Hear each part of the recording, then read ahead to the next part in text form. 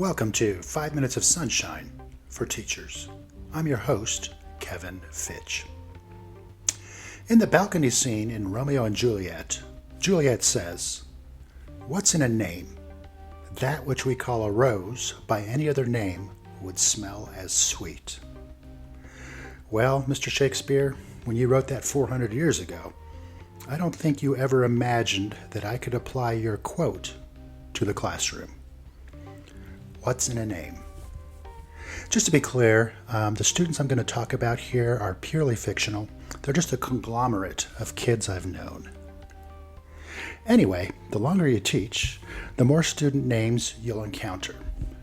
Some are pretty common, your Williams and Michaels and Susans and Jennifers. Some are pretty unusual. I had a student once named Golden Chance. He was from a very poor family who lived a nomadic, chaotic life. His short life was starting off pretty horribly, but I hoped that maybe his namesake could somehow change his life. Maybe he was his family's golden chance. Zion was a girl who struggled at home, but she always came to school skipping and smiling. Ethan was an oddball, a little bit scary. He was infatuated with Five Nights at Freddy's and talked about nothing else. I've known several kids named Calypso, and they've always lived up to the meaning of that name. They were high energy, carefree, loved to dance and have fun, and were just a little bit crazy, but in a good way. Jocelyn was the perfect student. Perfect behavior, perfect grades, all straight A's, and perfect clothes. Type A personalities like that make me a little nervous. I just hoped she wasn't stressing herself out by trying to be too perfect. Arabella was this valley girl who constantly said OMG and naturally overused the word like. She'd say, like, "Is there any homework tonight, Mr. Fitch?" And I'd say, like just math and spelling, like that's it. My speaking valley girl would confuse her and she'd say, like, "Are you mocking me?" And I'd say, like, "I would never, mock you." She'd give me an uncertain laugh and I'd tell her I was just playing and she'd say, "Oh, okay, okay, Mr. Fitch." Sophie, Luz, Raphael, Jonathan, these were typically the super shy kids who didn't say a word in class, who were complete introverts and preferred being alone at recess, wandering the playground, looking for rocks, or sitting in the sand pit, making tunnels to nowhere. And God help you if you are the kid named Aaron.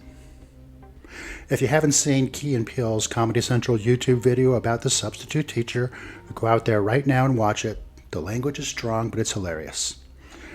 Anyway, the substitute in the video is taking attendance and totally mispronounces every kid's name. Jacqueline is Jaqueline, Blake is Balake, and of course, Aaron is Aaron. So all year, I have to check myself with Aaron and not call him Aaron. And then there was Jackie Wild, the perfect last name for a perfectly wild kid. He was that kid, nerdy, ruffled, unbrushed hair. He wore the same Minecraft t-shirt every day and bright orange glasses that were constantly getting broken. He was always one step behind the other kids and tried so hard to fit in, but could never quite do it because he had a temper. When he'd get mad, which was often, he'd throw things, scream, and completely melt down for a few minutes. While I was calling for help, he'd always crawl into the empty bottom shelf of a bookcase, curl up, and go to sleep. I've also had a few kids named Heaven or Sky or Area. These are the kids who are operating on a different plane than the rest of us. They're super smart, maybe gifted, but they're constantly off task because they're chasing a squirrel down a rabbit hole, which of course can be annoying. But when they do engage with those of us stuck in the earthly plane, their answers are correct, and the connections they make to whatever we're learning are mind-blowing. The most memorable kids are those who will challenge you every day, every hour, every minute, all year long. They will make you question your choice to be a teacher, and you swear you'll never name any of your personal kids by their name. Anthony or Tony, they're always super challenging.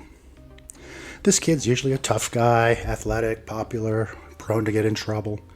The other kids love his bad boy image, but you, the teacher, spend most of your day correcting him.